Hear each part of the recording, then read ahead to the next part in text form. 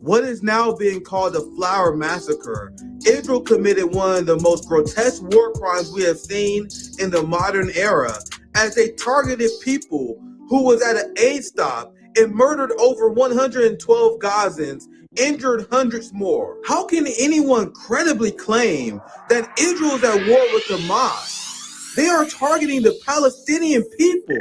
Seeing how Israel is on trial for committing a genocide, you have Zionists who immediately came out and started lying about this massacre. And of course, these lying Zionist scum can't even keep their story straight. In full damage control mode, Israeli propaganda started claiming that Palestinians were murdered by stampeding. Then they got desperate and claimed that these people were killed by Hamas. You even have CNN and other Western media propagandists that claim that these Gazans were killed by the aid trucks. We live in the most propagandized country in the world. We either have the corporate media that is outright lying about the Flower Massacre, or we have headlines like these and many others that lie by omission. Here's the BBC reporting how there was over 100 killed at this food aid stop. Don't you think it's important to include in your headline who committed one of the worst massacres in modern human history? What does corporate media want us to believe, that these Gazans were killed by no one? The problem with this story is that you already had Israeli sources before the spin tell Reuters that they opened fire at the Gazans at the food aid stop. This is the extremely conservative, genocidal Wall Street Journal, who also explains how Israel opened fire at this crowd. Then we also have satellite images, we have on-the-ground witnesses, we have multiple investigations. Everything points that Israel has done it, but the corporate media try and pretend they don't know. Israel, by committing all these war crimes and massacres, are trying to redefine the rules of war, and they cannot be allowed to get away with it. Israel must be held accountable.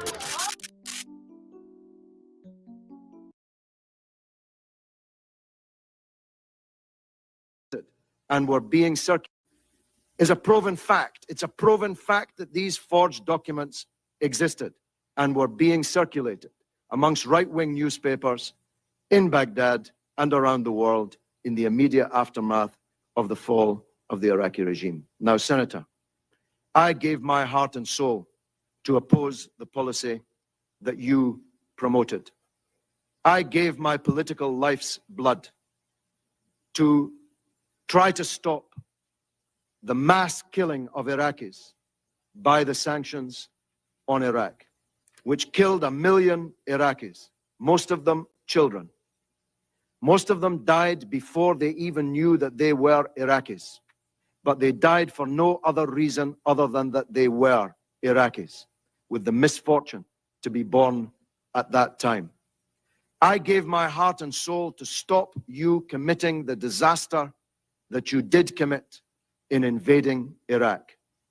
And I told the world that your case for the war was a pack of lies. I told the world that Iraq, contrary to your claims, did not have weapons of mass destruction. I told the world, contrary to your claims, that Iraq had no connection to Al-Qaeda. I told the world, contrary to your claims, that Iraq had no connection to the atrocity on 9/11/2001. I told the world, contrary to your claims, that the Iraqi people would resist a British and American invasion of their country, and that the fall of Baghdad would not be the beginning of the end, but merely the end of the beginning. Senator, in everything I said about Iraq, I turned out to be right, and you turned out to be wrong. And 100,000 people have paid with their lives. 1,600 of them American soldiers sent to their deaths on a pack of lies. 15,000 of them wounded, many of them disabled forever on a pack of lies. If the world had listened to Kofi Annan, whose dismissal you demanded, if the world had listened to President Chirac. Oh my God, what's popping? What's popping, my people, my friends, my family? You guys already know we got another banger. So we got banger after banger after banger. This is the Nick at Noon edition on Saturday. The Nick at Noon Saturday show. And my friend, I was on George Galloway's talk show. We communicate on Twitter quite a few times. It's great to see the good guys win. And now you guys see why they hate George Galloway. You guys notice how the ruling class hates you? Not when you lie, not when you get things wrong. The ruling class hates you when you get it right. If you're willing to say Alexei Navalny is a freedom fighter, they like you. You're allowed to go on Anderson Cooper.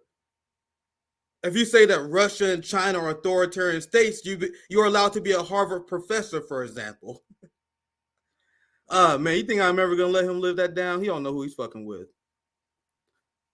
But if you get things right, those are the people who are demonized in this country. I wish I can unlock this this Daily Beast article. I guess I can do this one because this one pay locked. I guess I'll share this one instead.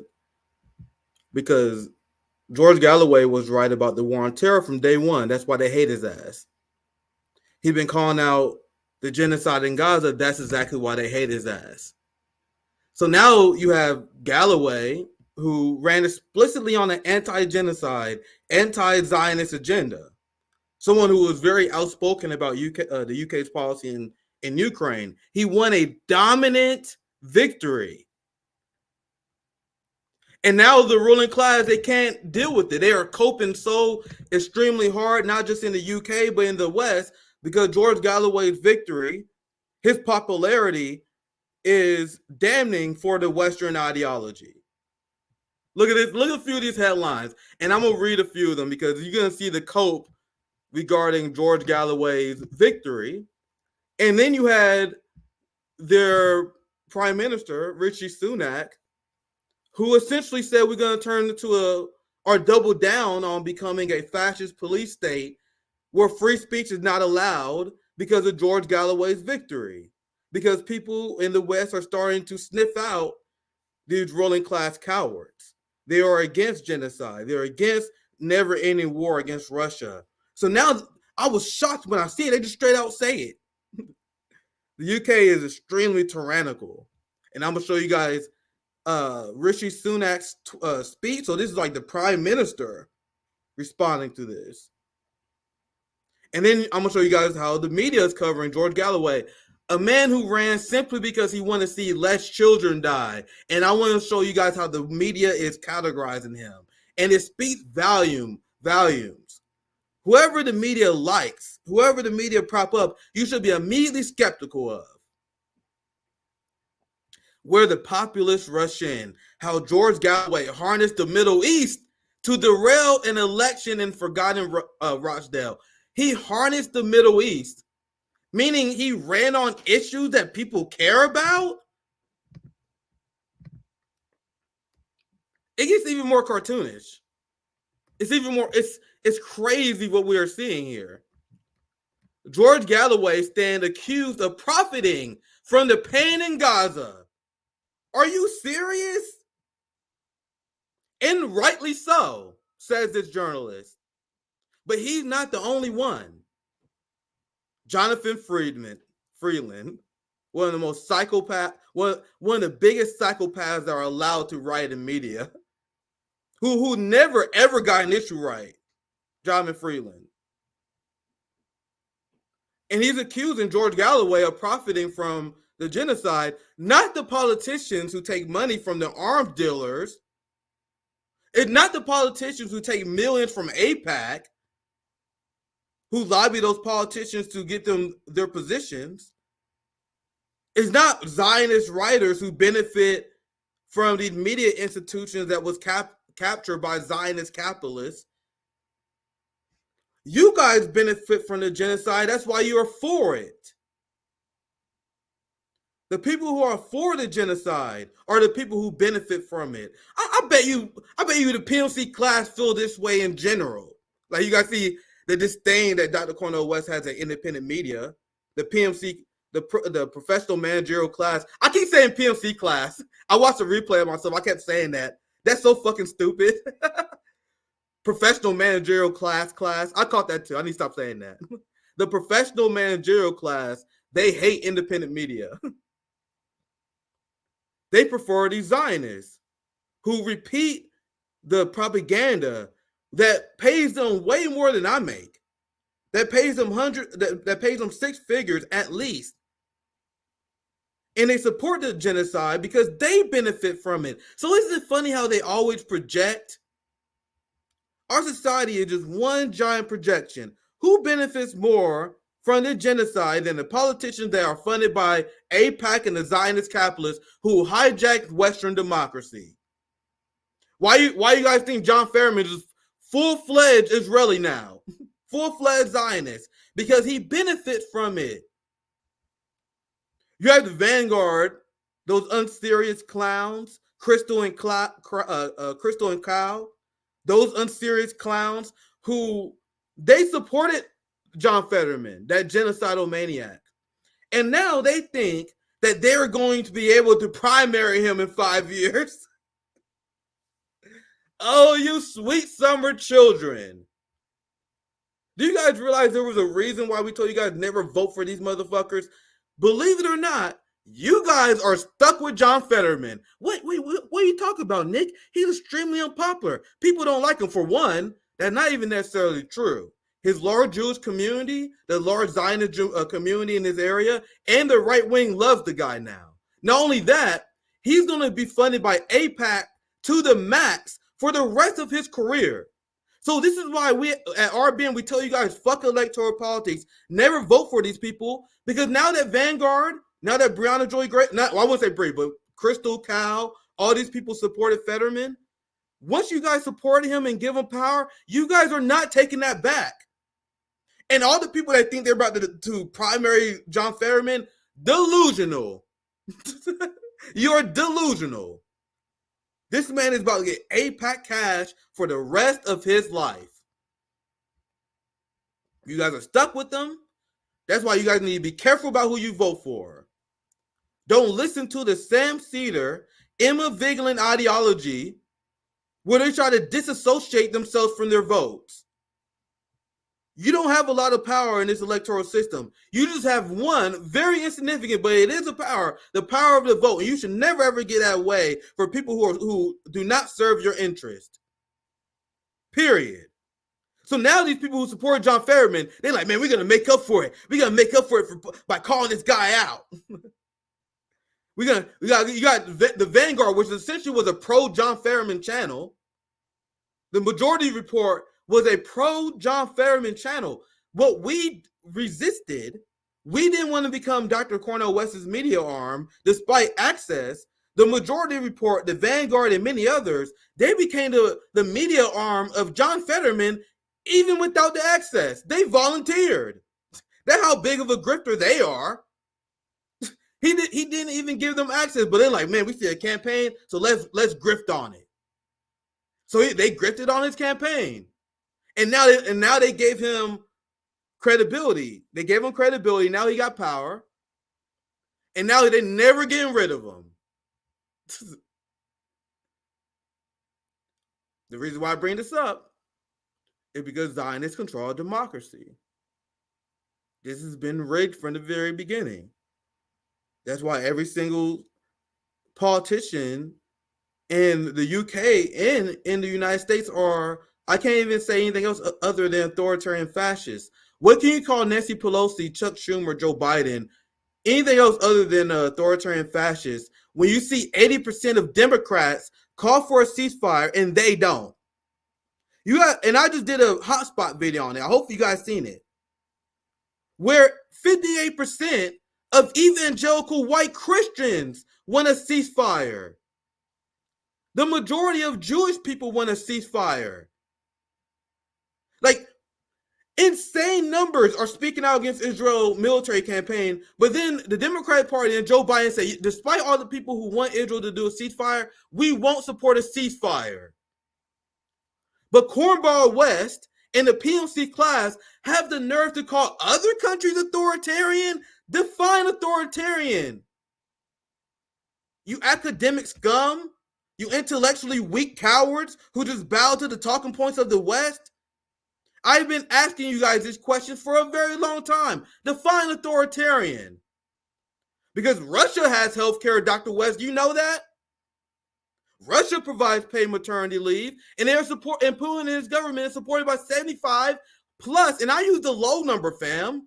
I see people correct me in the comments all the time. I use the low number I seen on purpose. Even if you take the low number I've seen, 75%, 80%, how can you tell a country that is authoritarian, that is following the will of the people? Even if you disagree with the government, your opinion as someone who don't live in that country is, guess what? PMCs, Cornball West, Bernie Sanders is fucking irrelevant. You guys know that? Unless you're calling for war, your opinion on another country where you don't pay taxes to is irrelevant. The last part is key. That's why I'm very vocal about Israel, because we pay taxes to Israel for their bombs. We pay for their health care. So I hold Israel accountable because we fund their bombs. Why are you spending your time living in the most violent empire in human history talking about Russia, Mr. Cornball? And that applies to all the social democrat professional managerial class, which, as I said, we always been done with them, but we flat out done with them. In China, they are supported by around 80% of the people. Very extremely popular party. They say, well, Xi Jinping is an authoritarian leader because he was elected 3 times. He won't give up power, because they keep voting for Putin and Xi Jinping because they're popular.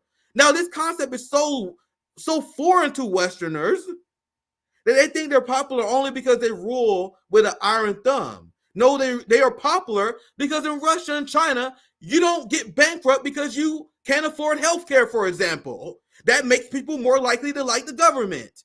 You are not going homeless if you live in Moscow, if you live in China. That makes people more likely to like the government. In a country where you can go bankrupt, where your family can go bankrupt like my family has. I'm going to start talking about myself more, like my family has. Of course, I'm going to be an anti-American extremist when you guys bankrupted my family because your central planning model is trash. So they see countries that provide benefits to their people, and they see sky-high approval rating, like the sky-high approval rating you see from Cuba. They see how the North Koreans love their government because they provide healthcare, paid maternity leave, and housing to all the people. For all the people who hate North Korea, where's their skid row? Don't worry, I'll wait. So capitalists see these countries who provide for their people, and they see sky-high approval rating. They're like, man, it must be rigged. No, it's called providing for your people. And people's minds are so colonized, they can't even wrap their minds around it. Cornball West, who absolutely do not deserve a doctorate degree, anyone who repeat the Western chauvinist propaganda that I just utterly obliterated in this unplanned rant that has nothing to do with the story anymore, do you deserve a doctorate degree if you're repeating this bullshit? If you're repeating this Western narrative that every country that we don't like is authoritarian, that's essentially how they define it. I've been asking people to define it for years. When I had a debate with Destiny, you want to know what we debated? I debated Destiny about Russia and the United States and fascism. You know, the guy that is heralded. I know it sounds funny to us, but he's heralded among liberals as this great debate me, bro. Look up the video. It's on our channel. I debated him on fascism. I debated him on Russia and the United States, and I fucking dismantled him easily. Even his own comments was like, damn, this is not going well for our boy. And you guys notice, Destiny has been avoiding me ever since. You guys seen me on the Hill one time and one time only. Because they brought me on and ambushed me, because Bree didn't even tell me it was a debate. They're like, hey, Nick, let's bring you to talk about Venezuela. They're like, let's bring this radical commune to talk about Venezuela, because surely he don't know what he's talking about. So what they did, they brought me on the Hill and ambushed me, because I had no idea that this right-winger was going to chime in and debate me, Robbie. And I explained it during my breakdown. But despite that, despite being completely unprepared, I utterly dismantled Robbie. It went extremely viral. Look it up. because he was pushing this Westernist chauvinist agenda, pretending that Venezuela was authoritarian. And I don't have to repeat. I'm already on track. I'm already on a long rant. Just make sure you gotta check out the debate. They're not that hard to find, and they are on the channel as well. So you can search our videos. Search Nick Destiny, Nick Robbie, and Nick Hill. You can find my debates with them, because I easily dismantle their propaganda. Anyway, let's move on. I don't have to recap the debate. I don't want to go too off track. The reason why I even went down that path, because I went down the path of explaining authoritarianism and what a lot of people get wrong about authoritarianism, because what's more authoritarian than the West? Than what we have, where you can decide our elections at around a 96, 97% clip, according to the most recent study. You can predict who's going to win based on that. So now consider that AIPAC in Israel donates millions to candidates that are pro-Israel. So you have a system where the people are not deciding who's in charge. It's capital who's deciding who's in charge. Zionist capital that is deciding who's in charge. That is what we call a capitalist dictatorship. But people think we're free. That's why you're not getting rid of John Fetterman. That's why Richie Torres, who was part of the Progressive Caucus, who was never a progressive, we knew that, but he left the Progressive Caucus. He's like, bro, I'm about to be rolling in Zionist cash from now on. Who gives a fuck about pretending being a progressive? You guys know that AIPAC is planning to spend $100 million in the United States this election? That's over 5 times more than what they spent last election. Last election, they spent $17 million. Holla at your boy. You guys see how we actually got facts here at RBN. Make sure you like and subscribe. The hotspot videos add up, brother. So now AIPAC said they're gonna increase the amount they spend by 5 times. 5 times. And you guys think we're in a democracy? People still have this idea of Western chauvinism? Oh, Jesus Christ, sweet summer children. So that was a completely unplanned monologue and sermon. You guys know, I told you guys, I took doctorate degrees, fam. So if I'm gonna take someone's doctorate degree, you already know I'm gonna do a lecture, a sermon from now on. I guess that's our Saturday sermon. That was completely planned, completely off the outline. But that's how we spit here at RBN. We value, and what I'm pushing on the working class is study history, study theory, be skeptical of everything the West says. Don't do what Brianna Joy Gray did. Don't do what Dr. Cornel West did. Brianna Joy Gray repeated the bullshit, and I was shocked that Putin killed Navalny uncritically. Even though at RBN, you know, the channels of the college dropouts, we told you guys that he died of a blood clot. Because you know why? We do our research. We have this, there's an onus on RBN to get shit right, because people already delegitimize us because we don't have degrees. So and this something I just now realized, because we don't have degrees, we got to work harder than these motherfuckers. Because I dropped out of college, I work harder than these people. That's why I get it right and they don't. They are lazy. People tell these people they're smart their entire life, and then they get left behind, and then they start repeating CIA bullshit like Navalny was killed by Putin. At RBN, I told you guys before that interview came out, they died via blood clot. And now even the media is forced to talk about it. Even Ukrainian intelligence is forced to admit it. Because you know why we got it right? Because we are forced to. Because if we don't, you're going to have even more people delegitimize. We get it right and people still fuck with us. And this is something I just now realized. And I'm taking a lot of pride in it now. I'm taking pride in the fact that the PMC class hates our guts. I got union workers asking to come on. I got union roundtables I want to schedule. That union Joshua Welch, that union worker who is a base as hell, who exposed unions on our show, he's a fan of RBN. He's a friend of RBN. All the union people love RBN. The workers love RBN. The professional managerial class, they hate RBN, and I love that shit. I don't know why it took me so long to realize that. Since I went on a completely unplanned rant, I need to drink my tea. My tea's getting cold. Unplanned rant. You guys already know. I told you guys, it's apparently impossible for me to do a 1 hour show. How can people do a 1 hour show talking about politics, fam? I had a 3.5 hour show with Rome where we surgically removed Dr. Cornball West's doctorate degree. I need to stop calling him that. Cornball, he's not a doctor. We surgically removed that shit. It took us 3 hours. Me and Rome, we was in the lab for 3 hours, going over every single line this motherfucker said, and we exposed him as the intellectual fraud that he is. One of our best performing videos in a while because people have been waiting to see that. Like, I said it before.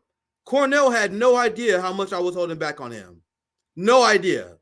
He fucked around. He found out. Now he knows. So the reason I brought that up, because apparently it's impossible for me to do a 1 hour show. So that was 3 hours. And then I have Zoya come on. Me and Zoya, you guys see Zoya's Love, Zoya's Life. She's in the chat, my good friend. Let me know if you want to join. I don't want to bother you because I took Zoya time because it was 2.5 hours with Zoya just on Thursday. Just on Thursday, another 2.5 hour show. Planned it for an hour. Planned this one for an hour. I'm 30 minutes in. I haven't even gotten to the first story because I have so much gospel to talk about. Anyway, I'm just taking a break here. Let's I'll read super chats and I'm gonna get to some story. Big shout out to our friend Zoya. Zoya, if you're bored and you want to join, just text me. Let me know. But I'll give you a day off because I took 2.5 hours of Zoya time earlier. Let me read some super chats. Thank you, Dana Mitchell. Oh, we got powerful super chats. We in tonight. What's popping, Dana? I appreciate the super chat. Appreciate the super chat. Thank for the 19, Abraham. George Galloway winning is a win for the British people. Fam, I haven't even really gotten into that story yet. Wait until you hear what these motherfuckers are saying about George Galloway. Why? Because George Galloway is against genocide. That makes George Galloway the worst person of all time, apparently. George Galloway is a win for the British people, anti-war movement, and lose for the weapon industries and the intelligence state. Well said. Thank you for the super chat. Make sure you guys like and share the stream. This is our Saturday Nick at Noon show. I think we've been doing great since we started season 2, right? Like now that you guys know I got a schedule now. I told you guys, season 1 was a pilot. I wasn't consistent. Season 2, I said at the beginning of this month, banger after banger after banger. Banger after banger after banger. We even got fucking diss track. We got presidential candidates going after RBN. Marianne Williamson, Dr. Cornball West. Anyway, let's move on. Let's go to this article. And now I'm going to show you guys a speech from the unhinged prime minister, the pro-genocide prime minister. And you guys seen this video that I showed you guys earlier in my intro video where George Galloway was opposing the Iraq war. And he was right on the war on terror. And if they listened to him, we would have, and I can't even stress this enough. Like there was 2.3, and this is a very conservative number, 2.3 million dead Iraqis because of the Iraq invasion. Millions more displaced. Chat, let me know if you got any stats with me as well, because these numbers always fluctuate. 2.3 million dead in Iraq, around 10 million displaced, Afghanistan completely destroyed, just to replace the Taliban with the Taliban. Millions killed in Iraq, fighting the war on terror, only for there to be a boom in terrorism. Great job, fam. Mission successful?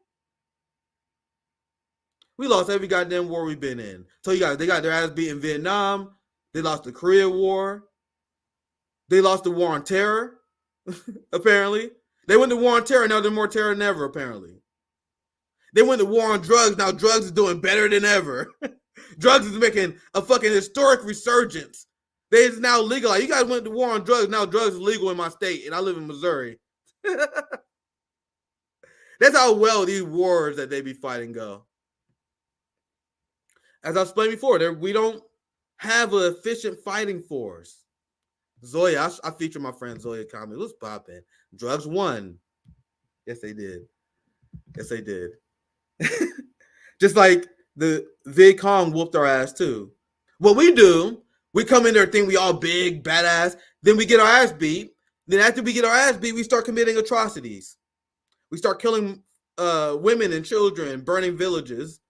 That happened in Vietnam. We got our ass beat in Vietnam, and all of a sudden the My Lai massacre happened. They started taking out their frustrations out on the populace. That's when they committed the largest act of eco-genocide known to man, when they burned all the forests in Vietnam because they wasn't trained to fight in forests.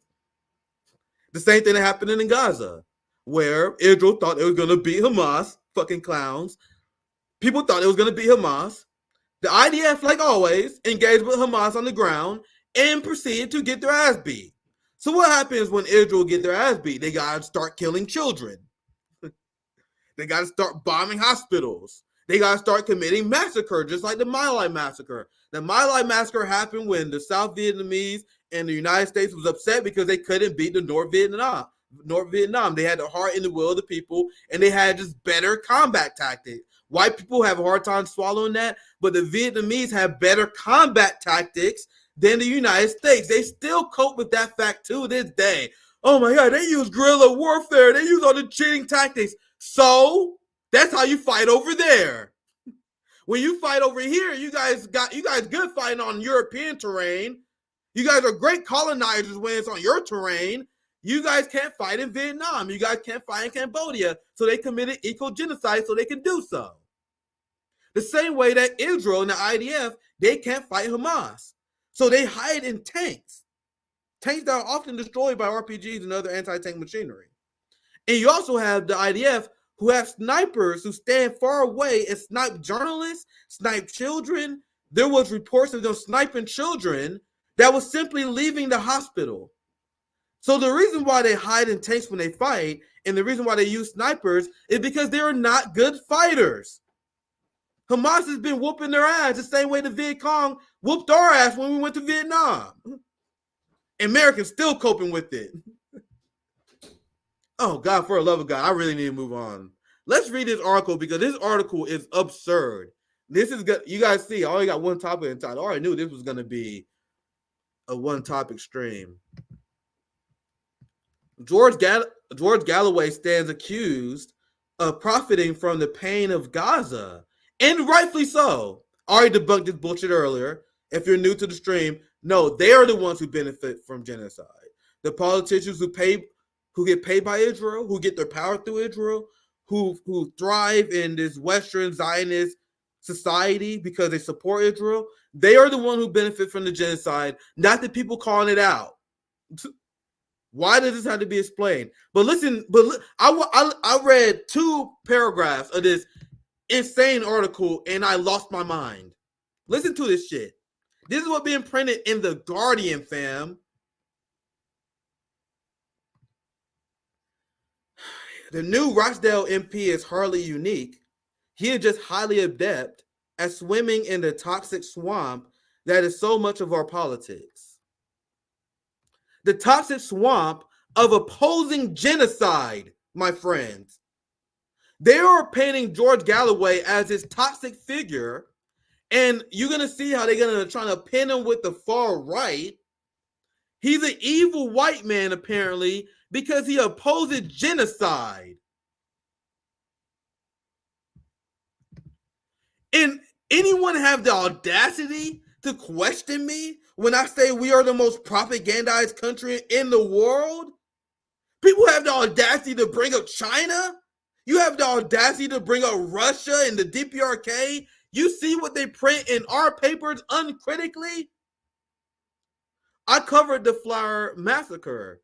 You have CNN that did a serious segment where they said that these people was killed by aid trucks, that they was ran over by aid trucks, that Hamas took the aid trucks and they decided to run over people for some reason. That was reported with a serious face on CNN. And people think other countries are propagandized. You had Israel, as I explained in my hotspot, that told Reuters and other sources beforehand that they fired into the crowd. And then once they realized how much backlash they got and how many people was dead, they changed their story not once, not twice, but 3 times. But CNN uncritically repeats Israel propaganda. But people think we're not the most propagandized country in the world. Someone please explain. This is George Galloway. This article is insanity. You're going to hear a lot of talk about George Galloway in the coming days. Much of it negative and almost all of it true. So there's him admitting the fact, and of course he has to because it'd be absurd to say otherwise, that Zionists control the media. Because he predicts, like we all know, because it's true, that all the media all the media coverage is going to be negative. So you have a man who ran against genocide. He's against war. He is for the prosperity of the working class as a socialist. But the assumption is that he's going to get negative coverage, and it's a fair assumption because that's just how toxic the media culture and just overall Western society is. That you are the bad guy if you're against genocide. Like RBN, we're the bad guys because we're against genocide.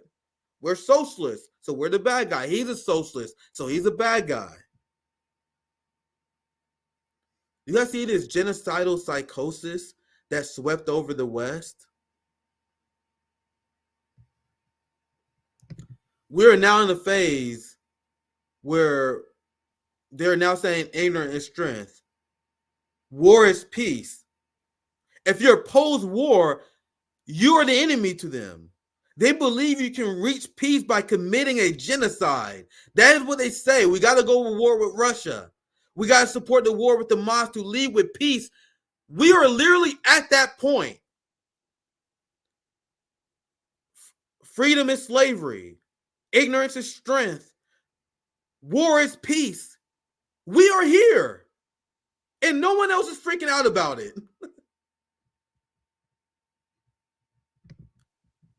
So they explain how you're going to hear a lot about George Galloway in the coming days. Much of it will be negative, and almost all of it will be true. You got to see, not even hiding the contempt.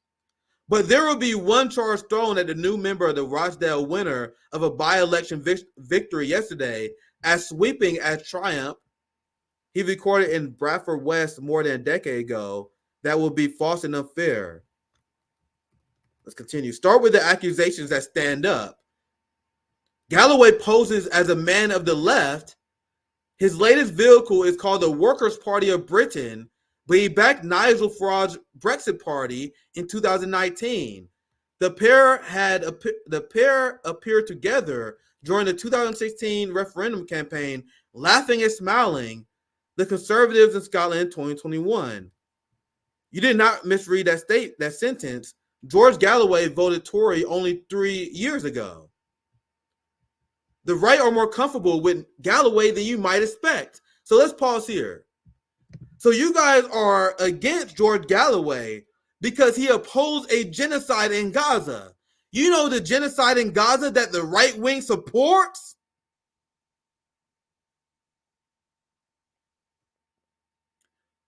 So you're going to tie him to the right wing for opposing something that's largely pushed? With the right wing teaming up with the neoliberal right wing? If I was going to be 100% accurate with all these terms? But they would define the Labour Party as the left. The Labour Party is pro-genocide. The Labour Party is the party that is siding with the Tories. And I'm going to show you guys here very soon how you had Richie Sunak, who spoke out against George Galloway, and he proposed implementing and double downing on a police state to crack down on protests, pro-Palestinian protests, and then the labor leader said he 100% support the Tory effort to crack down on pro-Palestinian protests. So what do we have here? We have the Labour Party that is siding with the Tories for genocide. But they were trying to paint George Galloway as the friend of the Tories and as a right wing because of old positions that are completely irrelevant to the issue at hand. That's insanely dishonest. It's insane. Anyone can't wrap their minds around it. It's the same people, like for example, the Bernie Sanders left and the liberals, the Kamala Harris liberals, Joe Biden liberals, they accuse RBN of being secretly right-wing. The Vanguard, all these channels that propped up John Fetterman, who voted for John Fetterman, they call us right-wing. But they vote for a party that teamed up with the right wing to facilitate a genocide, the one that we oppose. You guys see how this doesn't make sense at face value? Are you guys following what I am saying?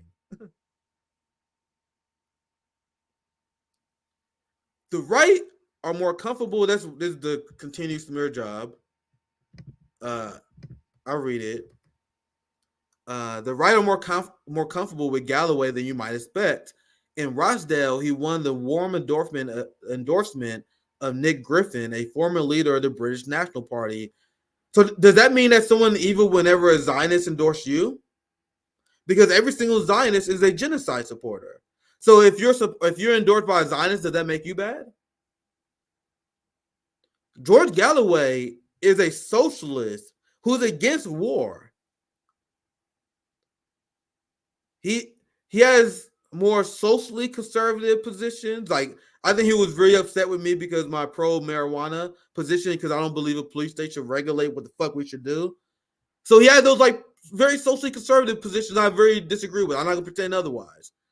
But when you look at politics as it is right now, he is a socialist who is against the Ukraine war. He's against funding Nazis in Ukraine. And he's against the right-wing Zionist genocide in Israel. That is undeniably the left-wing position from where the empire's at. But in this smear job, he is trying to paint George Galloway as being friendly with the right. The only people being friendly with the right is Labor that teams with the Tories on Ukraine and on Israel. The Bernie Sanders teamed up with Mitch McConnell on Israel. But these people have the nerve to call George Galloway. They called Jimmy Dore, in fact, as well. They call RBN. They'll call do this, and they'll call us they call us right wing as we oppose the right wing genocide that they support. How does that make sense? You guys see here just skimming. Actually, I'm gonna continue this paragraph because the paragraph crazy. He also understands the position of the working class white Brits on immigration. I'm gonna read this part because this is hilarious. Offered the chance to reject the support of Radio 4's today's program yesterday. Galloway's deputy, the former MP Chris Williamson, who was suspended from Jeremy Corbyn's Labour Party over comments he made about, here it is, anti-Semitism. You guys see they bring up the fact that he was on Russia Today. They bring up all the smear jobs that's supposed to make you hate the person who's opposing genocide while supporting the people who support the genocide. He's a mouthpiece of Tehran.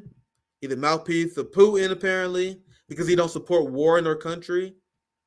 Now they implying that he's a mouthpiece of Saddam Hussein because he opposed their war. Now you guys see how they implying that he's a mouthpiece of Syria, a Gaddafi, because he opposed their war. You guys see what they do? This is the opposition. It's to the point, and the media is freaking out in the UK to the point where they are actively apologizing for George Galloway winning. This is how much Israel has captured the democracy of the UK. I'll play this video. This is the labor leader, Keir Starmer. Hopefully I'm saying that right.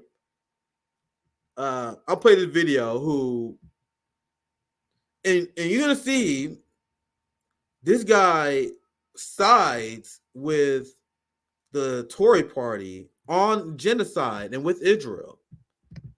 He sided with Rishi Sunak and supported his position on George Galloway.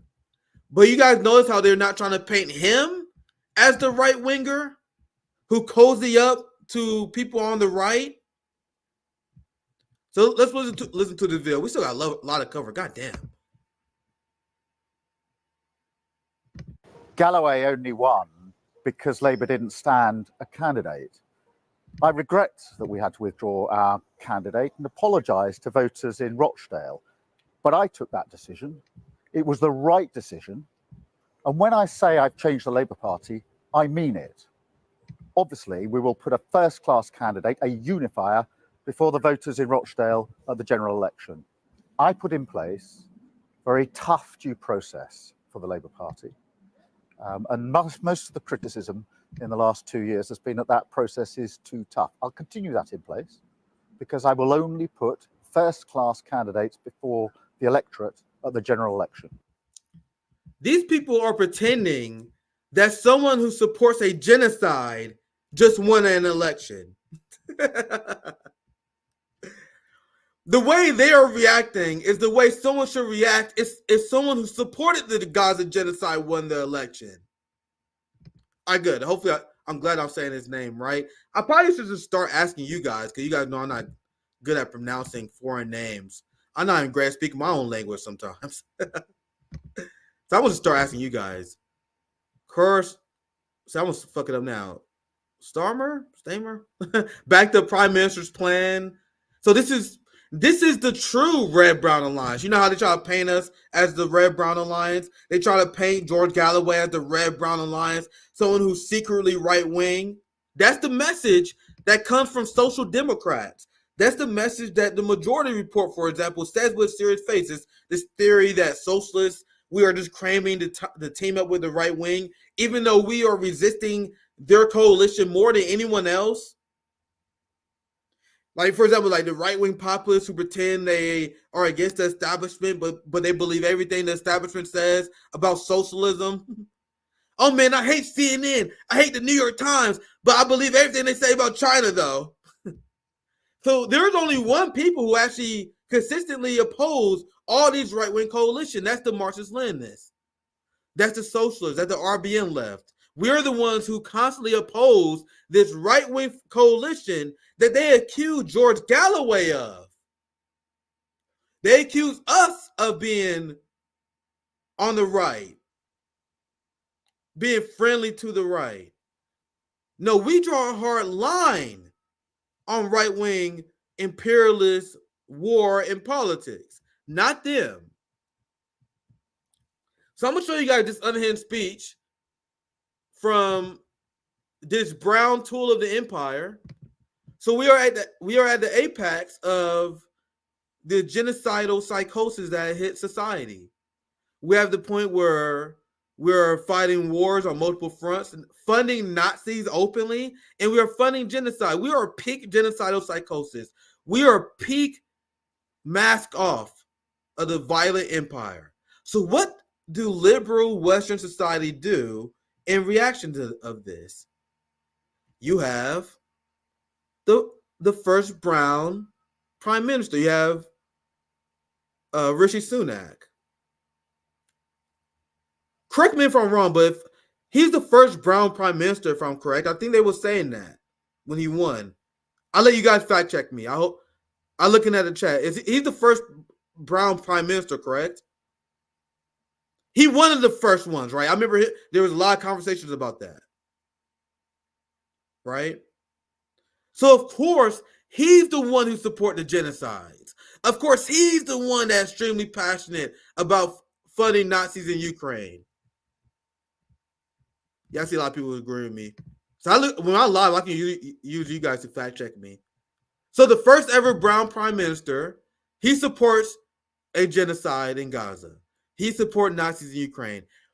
We have the United States at the UN, the only country to veto genocide, and who do they have doing it? The Negroes. The black people at the UN raising their hand.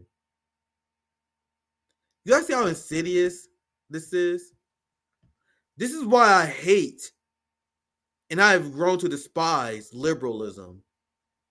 Liberalism is inviting George Floyd to the White House and then sending more money to the police with a bill with his name on it.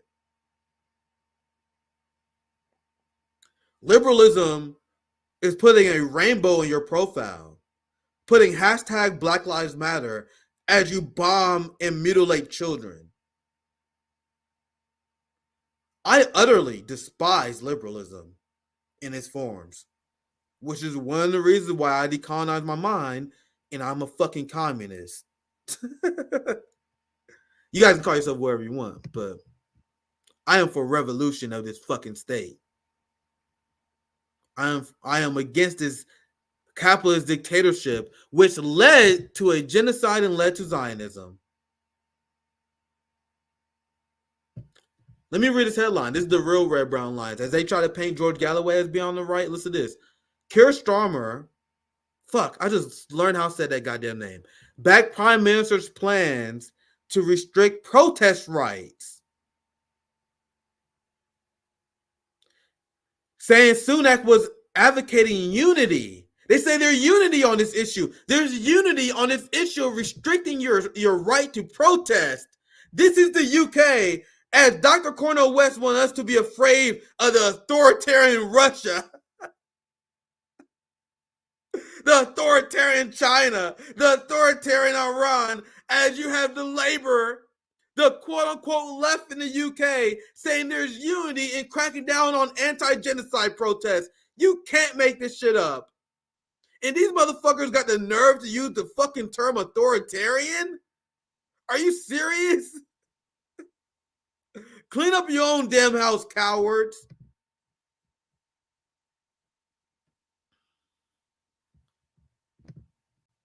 Now, I'm going to let a lot of this play. I need to take a break too, anyway. That's a good way for me to take a break. Let the video play. Make another cup of tea. Because here is the unhinged Prime Minister, the pro-genocide Prime Minister, Rishi Sunak. Am I saying his name correct? I need to start asking you guys, especially when I cover names I'm unfamiliar with. He responds to George Galloway Win directly. And I knew that there was going to be a meltdown on this issue. I could have never imagined that it was going to be this bad. I mean, I knew it was good. I said it when we did with Nick and Zoya. We covered this breaking live. You know what I mean? I'm glad you guys confirmed. Yeah, you guys are literally helping me in the chat here saying these goddamn names. Zoya usually helped me with the Ukrainian Russian name when Zoya's live with me. I knew there was going to be a meltdown. I said on Saturday I was going to come on live and cover the meltdown. But even with that said, even I couldn't predict how fucking bad it was going to be, to the point where they had the fucking Prime Minister come out and declare the end of, just straight up the end of, I was about to say end of democracy, but their democracy already cooked. So he just outright admits that he's going to implement fascism. So I'll let his speech play. I'm going to take a quick break while it plays. That helps me stop from stopping the video. With Nick and I season 2, I hear the feedback. I'm trying to get better. Then one thing I'm gonna try to do more and more of. Let the video play more often. Something I'm working on. So I'm gonna take a break as the video play. I already saw it. So I'm gonna let the video play for people who haven't seen it. I'm gonna take a quick break and I'll be back. In recent weeks and months, we have seen a shocking increase in extremist disruption and criminality. What started as protests on our streets has descended into intimidation, threats, and planned acts of violence. Jewish children fearful to wear their school uniform lest it reveal their identity. Muslim women abused in the street for the actions of a terrorist group they have no connection with. Now our democracy itself is a target. Council meetings and local events have been stormed. MPs do not feel safe in their homes. Long-standing parliamentary conventions have been upended because of safety concerns. And it is beyond alarming that last night, the Rochdale by-election returned a candidate who dismisses the horror of what happened on October the 7th, who glorifies Hezbollah and is endorsed by Nick Griffin, the racist former leader of the BNP. I need to speak to you all this evening because this situation has gone on long enough and demands a response not just from government, but from all of us. Britain is a patriotic, liberal, democratic society with a proud past and a bright future. We're a reasonable country and a decent people. Our story is one of progress, of great achievements and enduring values. Immigrants who have come here have integrated and contributed. They have helped write the latest chapter in our island story. They have done this without being required to give up their identity. You can be a practicing Hindu and a proud Briton as I am, or a devout Muslim and a patriotic citizen as so many are, or a committed Jewish person and the heart of your local community, and all underpinned by the tolerance of our established Christian church. We are a country where we love our neighbours and we are building Britain together. But I fear that our great achievement in building the world's most successful multi-ethnic, multi-faith democracy is being deliberately undermined. There are forces here at home trying to tear us apart. Since October the 7th, there have been those trying to take advantage of the very human angst that we all feel about the terrible suffering that war brings to the innocent, to women and children, to advance a divisive, hateful ideological agenda. On too many occasions recently, our streets have been hijacked by small groups who are hostile to our values and have no respect for our democratic traditions. Membership of our society is contingent on some simple things: that you abide by the rule of law, and that change can only come through the peaceful democratic process. Threats of violence and intimidation are alien to our way of doing things. They must be resisted at all times. Nearly everyone in Britain supports these basic values, but there are small and vocal hostile groups who do not. Islamist extremists and the far right feed off and embolden each other. They are equally desperate to pretend that their violence is somehow justified, when actually these groups are two sides of the same extremist coin. Neither group accept that change in our country can only come through the peaceful democratic process. Both loathe the pluralist modern country we are. Both want to set Britain against Britain, to weaponize the evils of anti-Semitism and anti-Muslim hatred for their own ends. The faith of Islam, peacefully practiced by millions of our fellow citizens, is emphatically not the same thing as the extremist political ideology of Islamism, which aims to separate Muslims from the rest of society. Islamist extremists and far-right groups are spreading a poison. That poison is extremism. It aims to drain us of our confidence in ourselves as a people and in our shared future. They want us to doubt ourselves, to doubt each other, to doubt our country's history and achievements. They want us to accept a moral equivalence between Britain and some of the most despicable regimes in the world. They want us to believe that our country and the West more generally is solely responsible for the world's ills, and that we, along with our allies, are the problem. In short, they want to destroy our confidence and hope. We must not allow that to happen. When these groups claim that Britain is and has been on the wrong side of history, we should reject it and reject it again. No country is perfect, but I am enormously proud of the good that our... So I made it halfway through. How did I do? Oh man, I was supposed to take a break. I was banging my head against the wall listening to this, fam. I made it halfway through. I'm going to play the other half. And then we're also going to play George Galloway's legendary response to this.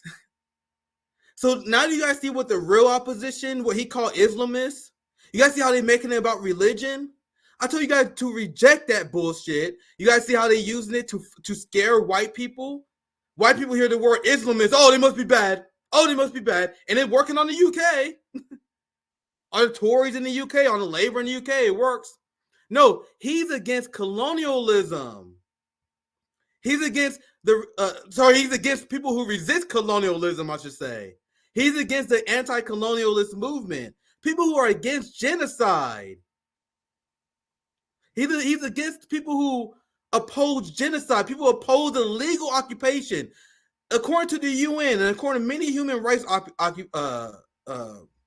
organizations, Israel is an apartheid state. You had the ICJ that just heard arguments from lawyers all around the world who accurately called out Israel for being an illegal occupation. But Richie Sunak wants you to be referred to as an Islamist if you don't agree that Israel has the right to exist, which I do not. An apartheid genocidal state does not have the right to exist. Countries inherently don't have the right to exist. You get your right to exist from the will of the people. You lose that right inherently when you are an apartheid state, because apartheid states are not democracies. When you commit genocides, you lost your right to exist as a state. When you are engaging in colonialism, you lost your right to exist, especially in occupied areas. These are what legal scholars and legal minds, this is what they were saying. This is what China, this is what they were saying at the ICJ, that Israel don't have the right to defend themselves. If you use international law as it is written by you people, they say you're an Islamist and you're a counter to the values of the UK. Are you proud to be a counter of the values of the UK? I know I am. I know I'm proud to be a quote unquote radical if Western values lead you to supporting genocide and ethnic cleansing and apartheid. If supporting apartheid makes you an Islamist, I guess I'm Islamist as fuck. I thought I was an atheist for a second. I guess I'm an Islamist. How many times we pray to the East? What other customs should I be aware of? Because this is a leader of a whole ass country that is trying to paint anti-genocide and opposing Western occupation and colonialism as Islamist. This speech is even crazier than the first time I heard it. One last thing I say, and I will let it continue. I think I did a good job. I'm only stopping it once. We're gonna have 2 breaks in between this. You guys know I was fucking seething the entire time this guy was talking. That was like my record. I let this shit play for 5 minutes. That's an all-time record for me allowing psychopaths to speak on my show. But he also said, he was like, these people have the ideology that make these false equivalencies that says that Britain is bad at some of these authoritarian states. He said it something like that. You guys remember? The Islamists, they make these false equivalencies saying that we are as bad as other countries. Sir, you are the most violent empire known to man. To make it a 100% factual statement, undeniable, I think you can say of all time, in modern history, the UK is the most violent empire of all time. And if you have an ideology that acknowledges that, if you have an ideology that acknowledges how evil the UK and the UK empire has been, all of a sudden, you're an Islamist? This is standard real history. Like, anyone who actually know history, yeah, the fucking British Empire is fucking evil. The British Empire is still doing evil shit. They supported the Iraq War. They supported the genocide in Gaza. But that makes you extreme by acknowledging that? That's the extremely authoritarian ideology. But that's the one I wanted to respond to. We got one more hide to play, and then we get to George Galloway. And We get the George Galloway response after his. The country has done. Our place in history is defined by the sacrifices our people have made in the service of their own freedom and that of others. And when these groups tell our children that they cannot and will not succeed because of who they are, when they tell children that the system is rigged against them or that Britain is a racist country, this is not only a lie, but a cynical attempt to crush young dreams and turn impressionistic minds against their own society.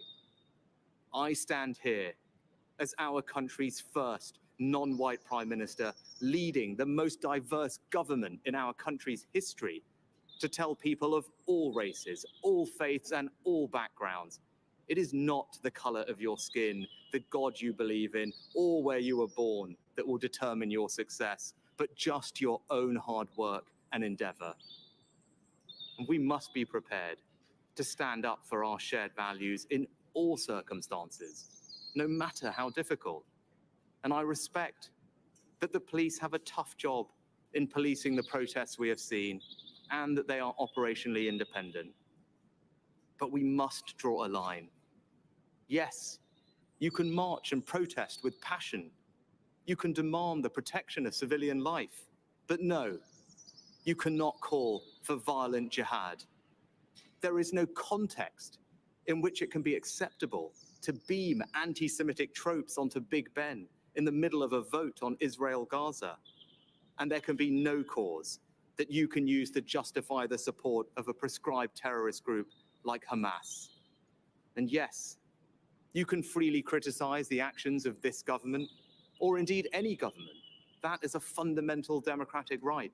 But no, you cannot use that as an excuse to call for the eradication of a state or any kind of hatred or anti-Semitism. This week, I've met with senior police officers and made clear it is the public's expectation that they will not merely manage these protests, but police them. And I say this to the police: we will back you when you take action. But if we are asking more of the police, we in government must also back up that call with action. To that end, this month the government will implement a new, robust framework for how it deals with this issue, to ensure that we are dealing with the root causes of this problem, and that no extremist organizations or individuals are being lent legitimacy by their actions and interactions with central government. You cannot be part of our civic life if your agenda is to tear it down. We will redouble our support for the PREVENT program to stop young minds being poisoned by extremism. We will demand that universities stop extremist activity on campus. We will also act to prevent people entering this country whose aim is to undermine its values. The Home Secretary has instructed that if those here on visas choose to spew hate or protest or seek to intimidate people, we will remove their right to be here. And our Britain must not be a country in which we descend into polarized camps, with some communities living parallel lives. It is not enough to live side by side. We must live together, united by shared values and a shared commitment to this country. And I want to speak directly to those who choose to continue to protest. Don't let the extremists hijack your marches. You have a chance in the coming weeks to show that you can protest decently, peacefully, and with empathy for your fellow citizens. Let us prove these extremists wrong and show them that even when we disagree, we will never be disunited from our common values of decency and respect. I love this country. My family and I owe it so much. The time has now come for us all to stand together to combat the forces of division and beat this poison. We must face down the extremists who would tear us apart. There must be leadership, not pandering or appeasement. When they tell their lies, we will tell the truth. When they try and sap our confidence, we will redouble our efforts. And when they try and make us doubt each other, we will dig deeper for that extra ounce of compassion and empathy that they want us to believe doesn't exist, but that I know does. If we do that, we can build on our great achievement in creating today's Britain, a country of kind, decent, tolerant people. We can make this a country in which we all feel a renewed sense of pride. This is our home. So let us go forward together, confident in our values and confident in our future. Wow. You guys gotta give me props for that, man. And I can't say anything else other than the fact that that was a 100% pro-fascist speech. Actually, fuck pro-fascist. We just witnessed the Prime Minister of the UK give a fascist speech. Remember Scratch a Liberal and a Fascist Bleed? He just explained how in the UK we support liberal democracy. That's what he said. You guys see what liberalism really is? This is what we said at RBN. This is why I'm a communist. I am their enemy. Our ideology is the enemy of them. Liberalism is capitalism. Trump, MAGA, that's neoliberalism. You guys have the same politics that this guy has. It reached the same end result. Liberalism leads to pro-genocide. We just heard a fascist speech where he said he's going to double down and weaponize the police state even more against people who oppose genocide. For the people who call for Hamas's and Palestinians' legal right to self-defense. It's Israel that don't have the right to defend themselves as an occupier. Not the other way around. Palestinians legally. This is not me being a communist. This is not me being a radical some radical motherfucker from the Midwest. It's enshrined in international law. It was quoted by China. Occupied people have the legal right to resist their colonizers, even via armed resistance. Do you guys understand? So what he's saying is, if you support that, if you support Palestinian resistance, you are a fair target. You're a fair game. This is the capitalists strapping up, fam. They are saying that anyone who opposes genocide in the military-industrial complex in this quote-unquote liberal society, they are going after you. And he said, if you're one of the good ones in the audience, he's like, man, make sure you snitch on the bad ones. Make sure you keep the audience in check. Because as we said on RBN, as I said on RBN many times, a government-approved protest is just a glorified prep rally. Once again, a government-approved protest is a glorified prep rally. This is why I've been calling out the right wing, Ron DeSantis, and all of them who feel like they can dictate how Americans protest. They say, oh, you can't protest at the Supreme Court's house. You can't protest at politicians' house. Why the fuck not? You have the responsibility. You are the most powerful, one of the most powerful people in the world. And you think you can't be protested? If you support genocide, you should have not a moment rest. You see, I saw a right winger say, I mean, we draw the line because there was people protesting, calling politicians out when they ate at restaurants. They say, oh, you can't call out politicians when they eat at restaurants.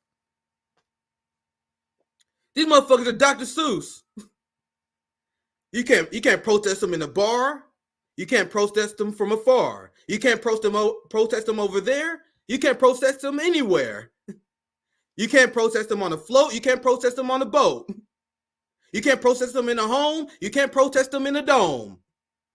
Capitalists are fucking Dr. Seuss. These motherfuckers don't want us to protest these motherfuckers anywhere. Can't protest these motherfuckers at the Capitol. A protest that is government approved, a protest that made the ruling class comfortable is a prep rally. Y'all motherfuckers getting together having fun. That's what it is. And that is what they're saying. I don't like protests, nigga. I don't like them anywhere. Can anyone finish that one? You guys see my freestyling skills? I used to rap back when I was younger. I'm too old now. You know when you get older and you lose your hip? I used to be a big Andre 3000 fan. We used to rap back in the day. We used to freestyle. We used to have like these amateur rap battles. I wouldn't say I was great. I used to hold my own. I could hold a beat. I now try to freestyle. Now I'm too old. You know what I mean? I'm not as hip as I used to be. But I can still do a Dr. Seuss rhyme. I'm at least of that level, right? I'm not that unhip. Anyway, let's show George Galloway's response, which was glorious. Dude, seeing George Galloway handle these media motherfuckers, seeing the establishment being forced to deal with him now, is going to be glorious to see. It's going to be glorious. So, once again, this is another video. This is 7 minutes. I'm going to let a lot of this play because I'm near the end of the show. I really, really didn't want to go over an hour today. I really didn't want to do it. So, I'm over time now. So, I'm going to let a lot of this video play. I know a lot of you guys want to see it. So, I'm going to play live and I'll commentate near the end. And I'm going to read some super chats. I have a few more things I'm going to show you guys. So, this is going to be like a 90-minute show. As I said earlier on, I can't do a 1 hour show to save my goddamn life, apparently. It's impossible. Anyway, let's play this video. Once again, I'm going to take a little break while I play because we're long time. And I think you guys will appreciate seeing it in full if you haven't already.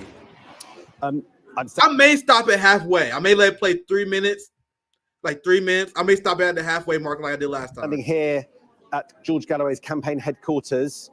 George Galloway, did you just watch the Prime Minister's speech? I didn't watch it, but I understood the first part of it related to the Rochdale by-election. The Prime Minister has just said that your election of you to Parliament is beyond horrifying. What do you say to that? Well, I can understand how disappointed he is about the by-election. The Conservative Party, which is the government of the country, was crushed, not just by me, but by an independent candidate that no one had ever heard of before outside of Rochdale. So it was a disastrous night for the Conservatives and a disastrous night for Labour.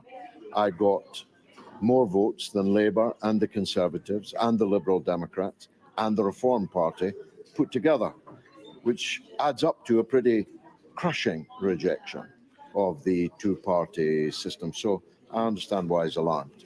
I want you to address some of the specifics that the Prime Minister said about you this evening. He said that you backed Hezbollah. Is that true?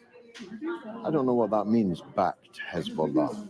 I oppose Israel's occupation of Lebanon, and I respect the right of people in occupied territory to resist their occupier. And I've done so since Hezbollah was formed and Israel occupied much of Lebanon, right up to the Litani River, regularly bombing Beirut and so on. So I'm not sure what business that is of his, because you see, Hezbollah are a terrorist organization. Actually, they're part of the government of Lebanon, a country with which we have sovereign diplomatic relations. I had this debate with Sky's Anna Botting in 2006. It's quite an epic clip. You should watch it. More than 100 million people have. They said all these things about me in the by-election. And in the by-election, it was them that got crushed in the democratic process. So I'm not sure why he would reheat it now. The Prime Minister is saying that you are... This is God. We're talking about little Rishi Sunak in the fag end of his prime ministership. Don't talk to me as if he's come down from the mount with tablets of stone. The things that he says are somehow meant to awe me. They may awe you, they don't awe me. A lot of people have just watched what the Prime Minister said. This is your opportunity to respond to what he said. Well, he says that there are forces here at home trying to tear us apart. He is implying you are a divisive figure. You have run an election campaign that has tried to appeal, particularly, not entirely, to one section of the community. Who won the election? Me or Rishi Sunak? I've got the Democratic mandate here, not Rishi Sunak. He didn't even come second. He was lucky to come third. So don't put to me statements made by Rishi Sunak as if I'm supposed to be impressed by them. He don't impress me much. This is a man. I'm halfway through. You guys see I made halfway. I'm stopping it once. Let me stop it once, fam. This is a man who's been dealing with their bullshit for years. 4 years. We can only hope to be as based. I've only been doing this for 3 years. This is why, like in 20 years, can you guys imagine me? That's what I want. That's what I'm shooting for. You know what I mean? This is a guy who's been dealing with their bullshit for years. And you guys see the deeply authoritarian mindset of this liberal capitalist reporter. Oh, come on, man. You causing you making a lot of people uncomfortable. Who? The ruling class? Because last time I checked, people voted for George Galloway. Now, taking your authoritarian fascist point of view at face value, wouldn't you say it's the UK government and the US government causing a disruption because they support a highly unpopular genocide? So you're like, oh, he causing a disruption? No, he calling out the sins of the ruling class. So the reason why there's a lot of upheaval in the United States, the reason why Congress has 17% approval rating in the United States is because we don't have health care. So when you blame Congress for not giving us health care for the reason why we're so polarized, they don't. When you blame Congress for the fact that we still have a minimum wage that's like $7.50 an hour, wouldn't that cause people be upset? You guys see how they never frame it from the point of view of the worker? He unapologetically frame it from the point of view of the ruling class. You're making the ruling class uncomfortable. Because as George Galloway points out, if he got 40% of the vote, if he got so much people voting for him, apparently they're not upset at him. The majority of the people who voted in this election wasn't upset at him. They was upset at the options, which is the establishment. This is a point of view they can't even take. Sorry, 725. God damn, that's crazy. 720. I think it's 750 in Missouri. The 725, yeah. Actually, I think maybe more in Missouri now because we had the ballot initiative that raised it. I remember it was 750 for a while, but 725 is crazy. We have a $7.25 minimum wage, but people wonder why Congress have a 17% approval rating. You guys see, why don't you call out Congress for that? Oh man, your politics is making Congress upset. I'm sorry, the politics of Congress, the politics of the president supporting genocide, even though most people don't support a ceasefire, you causing a lot of discontent. You causing a lot of upheaval in your society. It never framed that way. It's always framed from the people who fight against the establishment. One more thing I'm gonna say, and I'm gonna continue this interview. I'll go back a little bit as well. You guys see how he said you support terrorists. You support Hamas. You support Hezbollah. Terrorists. You have the audacity to call other people terrorists as you support a genocide as bombing babies. That's committing a genocide. You guys see how these words means nothing out of the mouth of a capitalist? And you must decolonize your mind. People say, oh, Nick, you commend Hamas. You won't refuse to condemn Hamas. Aren't they terrorists? No. Why would you even believe that? Because they say it, it means nothing. According to him, the UK government is not terrorist. According to Rishi Sunak, you're an Islamist. You're an extremist if you even mention the fact that UK is somehow an evil country. You're an Islamist. If you're not patriotic, you're evil. That's what Rishi Sunak was saying. Meanwhile, those same people have the nerve to call whole ass governments like Yemen, like in Syria, terrorists. You guys see how that doesn't mean anything? You guys see how we should define these terms ourselves using intellectual, using knowledge, using history. This is why we gotta reject anti-intellectualism. We can't just wing it and listen to wherever the establishment says, like Cornball West, like Bernie Sanders, like John Farrar, like the professional managerial class. So that's me chiming in. After this video ends, I have a few quick receipts, and I'm gonna read super chats and we wrap up. So let's continue the video. I'm gonna go back a little bit so you guys have full context, and then I'll let it continue. Democratic mandate here, not Rishi Sunak. He didn't even come second. He was lucky to come third. So don't put to me statements made by Rishi Sunak as if I'm supposed to be impressed by them. He don't impress me much. We at Sky have spent some time today on the streets of Rochdale, and there are people who say that they feel intimidated by people like you and the people that have supported you. I have just and they have pointed out that you have concentrated your campaign on foreign affairs, and they worry that Rochdale will not be the winner. That's my answer to you. I was just elected with a thumping majority by the electorate in Rochdale. That's all that matters to me. So why are there people in the streets of Rochdale today worried? Well, people voted yesterday, and they voted for me. Why is that difficult for you to grasp? Why are there people on the streets worried? There may be people who didn't vote for me who are worried, but the majority, the thumping majority, voted for me. I've got the mandate, and I'm going to the House of Commons with it. And it's a mandate, you think, to do what? Because there are people that listen to what you say about whether or not Israel has a right to exist, what you say about what many Jewish people think are threatening we had this slogans. Conversation last night. Why are you reheating it? Because in the light of the Prime Minister's Don't keep statement. telling me about the Prime Minister as if he was Moses. Do you not respect the Prime Minister? Do I respect the Prime Minister? I despise the Prime Minister. And guess what? Guess what? Millions and millions and millions of people in this country despise the Prime Minister. I don't respect the Prime Minister at all. What are you planning to do next week when you arrive in Parliament? Well, I'm meeting the Speaker on Monday morning, and then I'll be introduced and sworn in. I'll be escorted by the Right Honourable David Davis MP, former Deputy Leader of the Conservative Party. I don't know why he would do that if he thought I was the kind of man you're clearly implying that I am. David Davis is one of the great parliamentarians of today and this age. And I'll be taking my seat in the House of Commons and speaking for the people of Rochdale. That's what I was elected to do. And what is your message also to Keir Starmer?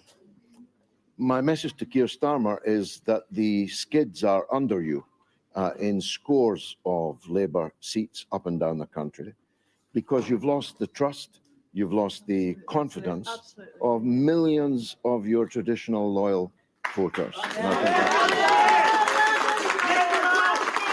Now we have now had an election where two of the candidates have alleged intimidation. The Prime Minister referenced that intimidation in his address on the steps of to the Prime Minister as if that's supposed to impress me. The Prime Minister is the Prime Minister is a rather diminutive, diminished and degraded politician. He made a party political statement. I don't care about Rishi Sunak's attitude. What I care about is that the returning officer, a man of unimpeachable integrity, I'm sure you'll agree, declared it a free and fair election, and me as the winner, and Rishi Sunak as one of the crushed two big parties in the state. So why are two candidates? Keep repeating the same questions to me because I have other people to talk to. So let's make this the last one, shall we? We got a party to go with. Allegations of intimidation, allegations that your supporters intimidated other candidates. What times you've said that? The returning officer declared it last night. You were there as a free and fair election, and me as the winner. And the Electoral Commission today have said that they're going to look and talk to the parties. You have to just suck it up. I won the election. How is it possible to be this fucking based? How is it possible? How is it possible to be this powerful?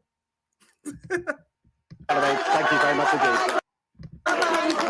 And you guys see what an effective leftist look like, cornball?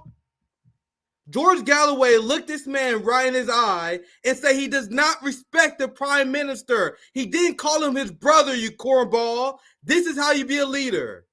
This is how you speak for the people. They don't want to hear your Ivy League bullshit. This is exactly what we was talking about at RBN. This shit right here. He not calling brother Richie Sunak my brother Prime Minister. He is looking these people in their face and saying, I don't respect them. Now my good friend Biden, like Bernie said, you look at the media in your face and you say the government is not legitimate. Who told you guys this? And I'm not taking credit for this at all because this is all George Galloway being based. But this is exactly the message that we told Cornball West to say. Instead of saying brother Biden, instead of serving these dishes that are easy to digest for the liberals, you should be having these dishes that it's hard for them to swallow. You know what I mean? I have no respect for you, Joe Biden. You're a genocide enabler. You're a genocide Joe. And I'm not gonna have my take be too long because I honestly think this speaks for itself. But that was one of the first things I was thinking about as I heard this legendary, and I believe this clip is going to go down as legend here. This is a legendary clip. The people gathering around him, fam, you couldn't write this shit. This right here, you could not. Right after he won the election, he wins the election. There's a massive smear job on him. He gets ambushed by this reporter, and the crowd organically forms around him. And by the end, they're cheering. You can't fucking write this. In 20 years, they're gonna make a George Galloway movie, and people gonna see this scene. They're gonna, oh, this is bullshit. They're gonna like, this is bullshit. This definitely didn't happen. This is a movie scene. And he utterly destroys every point where he's making, to the point where the reporter is talking and the people start sighing as he's talking. That's how much George Galloway sons him. Meanwhile, that Cornball West, he's like, yeah, I respect Brother Rishi. Yeah, we disagree. We respect them. Well, for him, he wouldn't be on the ballot. But it's exactly what we fucking talk about. One more thing I'm going to put on this clip. One more thing I'm going to stay on this clip. You guys see it in the very beginning how George Galloway had to explain democracy like a child to him. Aren't people scared? Sir, more people voted for me, didn't they? So don't you feel like more people voted for me? Sir, more people voted for me. People came up and vote. And he pretended it's some evil thing, something we should be fucking cautious of. You mean democracy? The same way that liberals are freaking out about this recent Supreme Court case where they delaying this trial because they're like, oh no, they're delaying the trial. Now the American people got to decide. I thought you guys trying to save democracy and they openly anti-democratic. So that part was also very funny. How we got explained to the liberals, who once again, if you scratch a liberal, fascist bleeds, how democracy works. Now, last thing I'm gonna share to you guys as I play these super chats is you're gonna see the difference between people on the Western left. How many times have I explained to you guys the difference between the Western left, the NATO left, versus the global South, versus the true European left led by people like George Galloway? In the Western left, they'd be like, oh, we condemn Hamas. Well, they condemn Palestinian resistance. You had Cornball West that said Hamas launched a brutal attack. So as Marianne Williamson, as Bernie Sanders, as the Western left condemns Hamas, you have the left all over the world recognizing what Hamas is doing, fighting for the freedom and liberation of their people as something laid out by revolutionaries, fighting genocidal colonial scum. So unlike Cornball West, who say that Hamas, who condemns Hamas, unlike the West who condemn the Western left who condemn Hamas, here is George Galloway, and big shout out to Carl Zah. We had him on the show not too long ago. We had Carl Zah on Nick at Night season 2. Once again, banger after banger after banger on the show. We had another banger with Carl Zah. He was on a few weeks ago. We're gonna have him back on Nick at Night, maybe another few weeks or so. But Carl Zah points out how George Galloway will pulling out wads of cash from plastic bags to hand over to Hamas in 2009. So in the Western left, we have people who condemn Hamas. Meanwhile, George Galloway is 100% okay with being not only in solidarity with them, but doing political events like this with them. So look at this. And if I could, I would give them 10 times, 100 times more. We are against this siege. We are opposing this siege. We are breaking this siege. You guys see how he not only doesn't he condemn Palestinian resistance, he supports it. Now you guys see why the position of RBN made Marianne Williamson uncomfortable? Because she say nice things about Palestinians, and she thinks she's going to trick us with that shit. No. Do you support Palestinian resistance or not? If you don't, you're a fascist. Congratulations. You believe that apartheid state should be able to violently crack down on the people that they are harassing and they're destroying their human rights of. It's an insane position to have.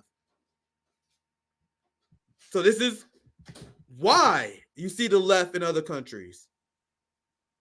And I'm not going to sit here and pretend I agree with anything George Galloway says. Most of our disagreements is just social issues. Largely irrelevant. As I said many times before, it make liberals mad when I say this, but I told you guys I hate liberalism. Those social issues, don't give a fuck about if you're pro-genocide. I said it on a live stream with CJ. He was like, damn. Hey, liberal white women, don't care. I'm not fighting for your abortions as you guys are supporting the genocide. I'm sorry. Not going to happen. My position, social issues, go way past. It's not even close compared to genocide, where you stand on the central planning model. Like, whether you're a socialist or whether you're a capitalist or not, where you stand on the police state. You know what I mean? So Galloway is more socially conservative than me, but he's anti-genocide. He's fighting the establishment. He's not calling them their brother. He's not advocating for people to vote for them. How can it be possible that to be this base? So this is a short clip, so I'll play it again. It's short. And if I could, I would give them 10 times, 100 times more. We are against this siege. We are opposing this siege. We are breaking this siege. We are breaking this siege. One last receipt I'll show you guys, and we wrap up because I already went way over time. You guys know it's literally impossible for me to do a 1 hour stream. Literally impossible. One more last receipt I'll show you guys why the establishment hates him, why he's a threat to the establishment, why it's different than the mediocre candidates that we are forced to deal with in the United States, the same way with in the global South generally. Electoral politics actually is different there. You actually have real socialists. You have real anti-imperialists who run and who are coherent. The best we have are imperialist social democrats, and then when we oppose them, people pretend we are crazy. Come on, you don't want to vote for Marianne Williamson? No, I don't. In fact, come on, man, you don't want to support John Fetterman? No, in fact, I don't. In fact, I don't. I remember there was a discussion on Twitter, and a lot of Bernie people got mad at me because Cory Bush in St. Louis. And I was like, bro, if I lived in St. Louis, I still wouldn't fucking vote for Cory Bush. Fuck her. And they were like, you would let a social democrat lose? Yeah, fuck her. Fuck you talking about? Fuck her. Cory Bush couldn't hold a fucking candle to. She's not even in the same stratosphere of George Galloway. As they are condemning Hamas in the West, as they are, and I've seen people who do good coverage on this. I've seen people who do good coverage on this accept the premise that Israel should have the right to exist. I'm gonna show you guys my viral tweet that I sent that had people pissed. But here's George Galloway and his position on Israel. Peace and security. I'm sorry, Mr. Galloway? You said we. Are you an Israeli? I am, yes. I don't debate with Israelis. I've been misled. Sorry. Racism? I don't recognize Israel, and I don't debate with Israelis. He said, I don't recognize Israel. And as the Zionist babies was crying in the background, he like, I don't give a fuck. Fuck you. If that offends you, go fuck yourself. You guys see how this is the energy we need? We don't need a fucking cornball who wants to focus on making the liberal class likes them. George Galloway clearly don't give a fuck whether the liberal class likes him or not. That's why he opposed the Ukraine war. That's why he been opposing Palestine. That's why he called out the Iraq war. This is the energy I told Dr. West to his face he needs, but he decided to go the other way. He decided that he wanted to praise Nazis like Alexei Navalny instead. He still want to call Brother Biden, as he says, gangster Putin, because he wants those people to like him. How can it be possible to be that base? I'll play this one more time. Peace and security. I'm sorry, Mr. Galloway? You said we. Are you an Israeli? I am, yes. I don't debate with Israelis. I've been misled. Sorry. Racism. Racism. Saying an apartheid terrorist state doesn't deserve to exist, which is true, is racism according to liberals. I don't recognize Israel, and I don't debate with Israelis. I'm a human being. How can it be possible to be that base, my friends? Him winning just on narrative alone is fantastic for us, because we are just getting started with this man. The media is going to be forced to cover George Galloway, and he's going to fucking slaughter them every single time. He's going to embarrass them every single time, because this is what a real socialist looks like, not a social democrat.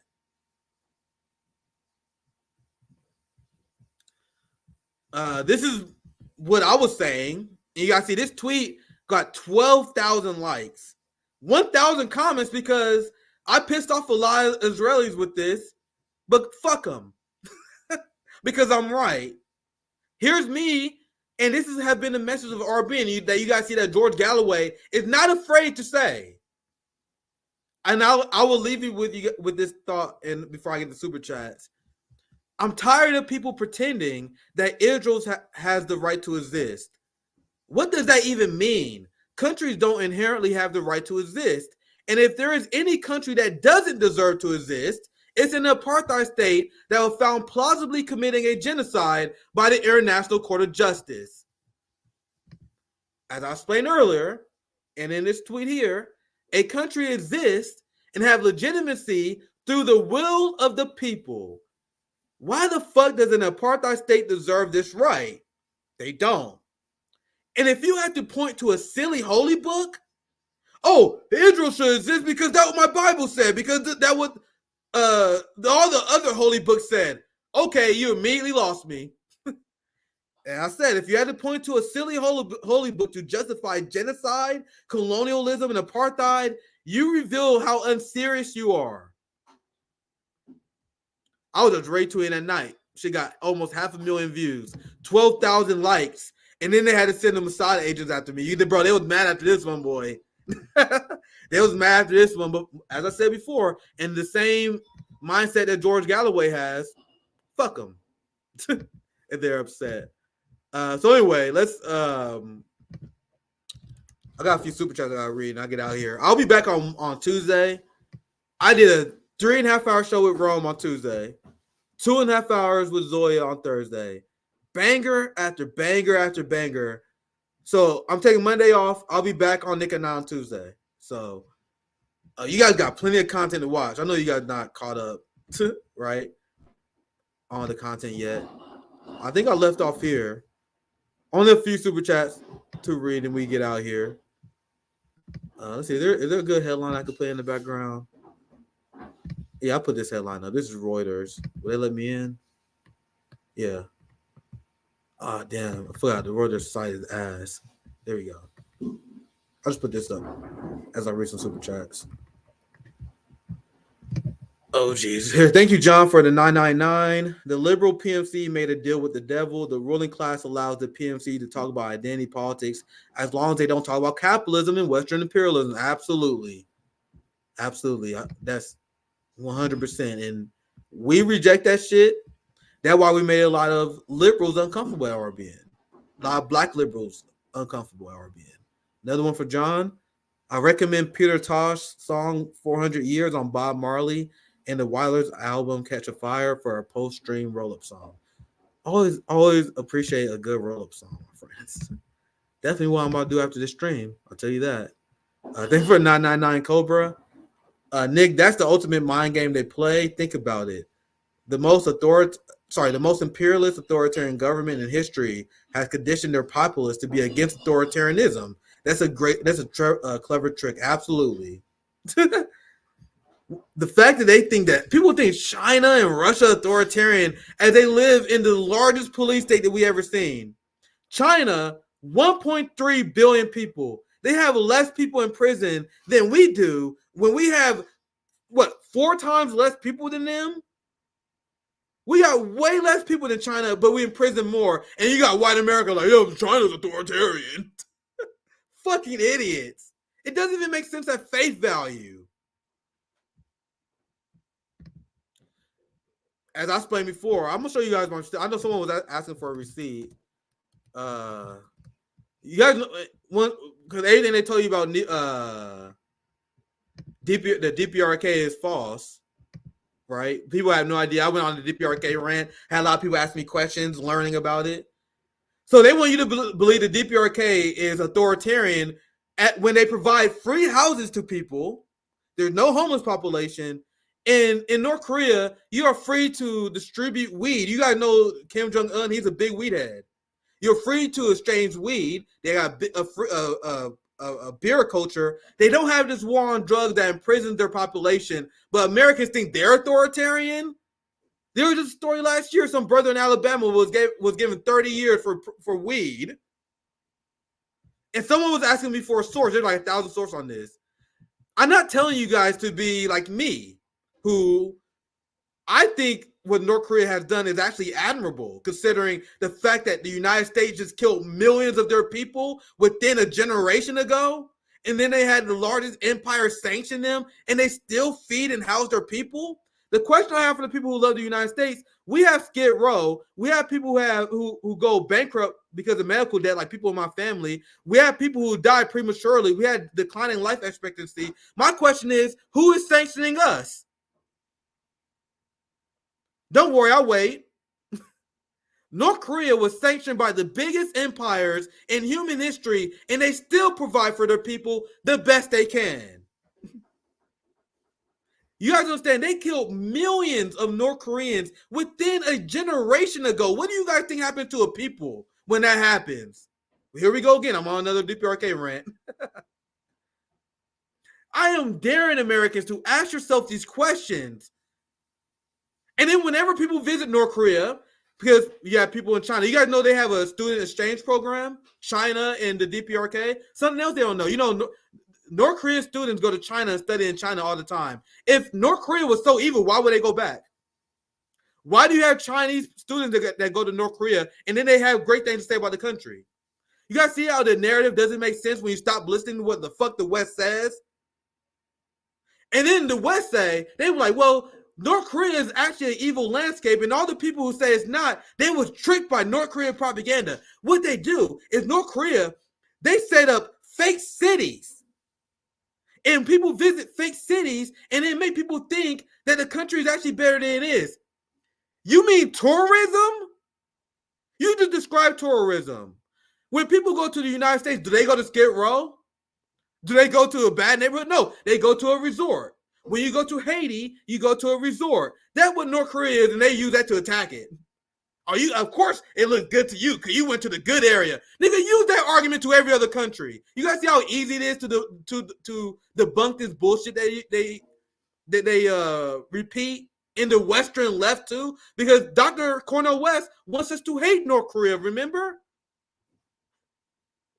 This is why Destiny tried to debate me on fascism, destroyed. This is why Robbie from the Hill tried to debate me on authoritarianism in Venezuela, destroyed. Because a lot of people who went through this education system, a lot of people who've been lost in the sauce of Western propaganda, they are already behind because they don't even know what my arguments are. They don't even know that I already know all their arguments. Western education is just propaganda. I probably told you more about North Korea and all my North Korea rants. You probably learn more about North Korea in this 5 minutes I've been talking about it than you have the entirety from the left-wing professional managerial class, right? And the reason why I'm so enthusiastic about this, because this is stuff I learned recently. Like as I became a communist. I learned about the North Korea and DPRK, and I was like, wait, this is the time, like, wait, they lying about us about everything, right? So they have to be lying about North Korea. You look into this for 1 second, you realize everything they tell you about North Korea is bullshit. Everything. So once again, that's why I laugh at people who pretend that they are populists. These are the right-wing populists that be like, oh man, I always question all the information I get. I hate CNN. I hate the New York Times. But they believe everything that CNN and the New York Times say about socialism. They believe everything that the New York Times and CNN and Washington Post says about North Korea, about China, about Russia, about these other countries. I am truly anti-establishment. If you say something to me, if it comes from an American newspaper, I immediately question everything they say because, of course, that's what you should do. Last rant today. You guys know North Korea is so interesting to me because it's unbelievable what they pulled off here. That was, you know how a lot of people was radicalized with COVID when they learned about the COVID lie, the COVID scam is what radicalized a lot of people. North Korea was like one of the things like, wait, you guys lied this much about that? What? And guys, I want to be 100% clear. I am not saying North Korea is perfect, but they have been the most heavily sanctioned country that we have seen in the world. At least one of them. Like, you have at least top 3. I would say most. That would be my guess, the most, right? And they still provide for their people. You know what I mean? Great comment, because there are a lot of people who still know more about this than I do. I don't even consider myself a Korea expert. I'm far from it. There are a lot of people who got this issue mastered.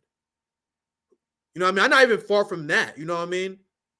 20% of North Koreans were massacred by the U.S. collective West because of their chosen economic model. And now think about this, guys. You guys know there was a poll done maybe a few years ago where around 30% of Americans said that they want to nuke North Korea. But they think Hamas and other countries are extreme. Americans, a extreme amount, want to bomb North Korea. Let me go back to the North Korea headline. Let me see if I can find that poll. Actually, no, I'm doing another segment. And we talking about it. Shocking amount of Americans want to bomb. I'm finding them receipt North Korea. It's crazy. Oh, Jesus, here it is. Here's one of them. Americans, this is a rant. I'm doing this live because I got to tell you guys some shit while I got some viewers right now. Americans are terrifyingly supportive of nuking civilians in North Korea. So if you're watching this show right now and you're wondering why Nick had the position he does, it's because of this shit. Do you guys understand that if you're an anti-imperialist, if you're anti-war, our number one goal is to humanize our enemies, you cornball West. We're supposed to humanize our enemies. Because if we don't, it leads to this. It leads to an insane 1/3 of Americans that say we should nuke North Korea. How does that make sense? Hey, by the way, fam, before I destroy why you guys want to do that, you guys know that there's an ally just south of them that we supposed to like called South Korea. What do you guys think will happen to South Korea if you nuke North Korea? Just real quick. 1/3 of Americans, the people who have Kim Jong-un derangement syndrome. Have you guys thought about this for one fucking second? What happened to your ally South Korea if you nuke North Korea? They don't give a fuck. Now let's also think about this logic. Because Americans hate North Koreans for no reason and they don't know why. Because what they will say Kim Jong-un is an ineffective leader. He's corrupt and he starved his people. That's weird. His people haven't died of starvation yet. He's been starving them for years. That's one thing. But secondly, I would actually fight against that. He's been feeding his people despite Western sanctions. But let's take their argument at face value. Let's say Kim Jong-un is this evil dictator leader that is starving his own people. So how is the solution to Kim Jong-un mistreating his people, nuking them? Oh my God, Kim Jong-un is so evil. Look at how he's not taking care of his people. We gotta hurry up and nuke him.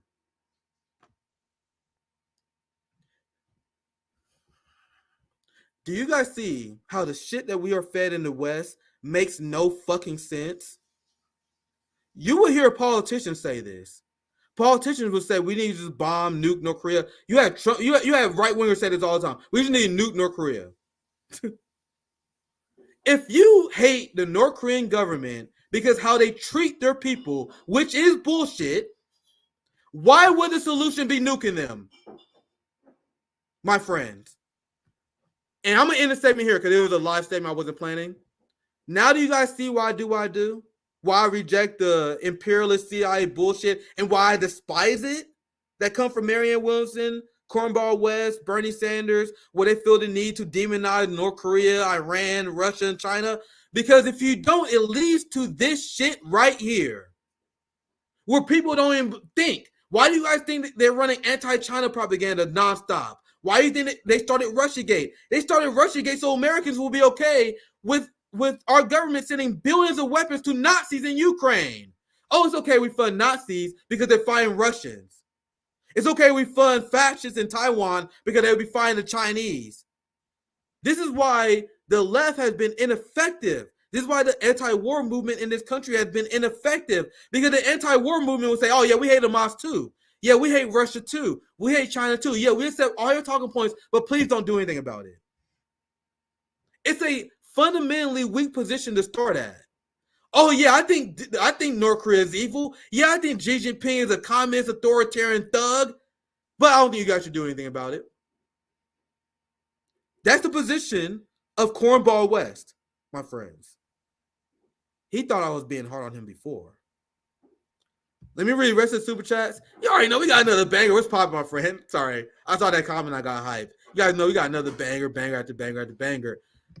It's impossible for me to do a 1 hour stream.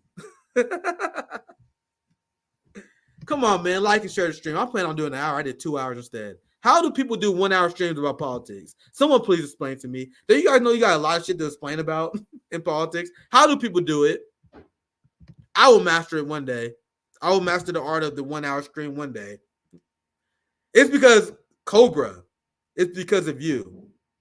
You guys leave super chats that triggers me, which leads to rants. So that's what started it. So everyone blame Cobra in the chat. It was his fault. It was their fault. Thank for $5 ARJ. Western colonial powers have no problem with atrocities because they advance imperialism goals, and there is money to be made in war and colonialism. You guys know RBN audience base as always. And GV Black, who's a member for 12 months, spitting facts and gospel right here. Double check and make sure you like this video. Pure facts. Pure facts. Then for $5, Auto Carnage. We got two more and we cut it off there. That's why I see the last few super chats that came in. The United States is responsible for the deaths of over 20 million people, mostly brown and black people around the planet since the end of World War II. But if you acknowledge that, you're an Islamist, apparently, according to the prime minister of a whole ass country. The prime minister of a whole ass country said if you believe that the British Empire is evil, you're an Islamist. Whatever the fuck that means. There's another term that like Toasty loves too now. I ended with this. And regarding North Korea, guys, you guys don't have to be as passionate as I am about it, because I want the people that when I realized, like, if you 10 years ago, I was one of the people too, like, man, North Korea is crazy, man. 10 years ago, I was falling for all this bullshit. You know what I mean? North Korea is crazy, man. Then when I learned the truth, bro, I can't shut up about it. Like, bro, I can't believe they lied about us about this, man. So you don't have to have the opinion that I do about North Korea. I am just imploring you guys, please stop spreading the bullshit. I see people. You don't have to pretend that North Korea is good. Do I do anything of that? Just please stop spreading the bullshit and start humanizing your enemies. That's the only thing I asked. Last super chat. Oh yeah, CJ, go ahead. CJ, you on live today? You can join if you want to. If I see. Yeah, feel free. If you want to shout out your stream, this last super chat. So yeah, after the super chat, I'll shout it out after your super chat.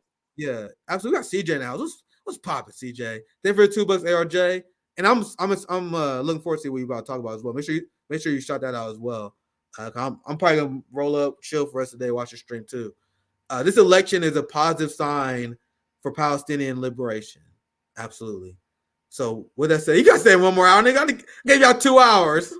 I gave you guys 3.5 hours of Rome, 2.5 hours of Zoya, another 2 hours. One of these days I will master the art of 1 hour stream. One of these days.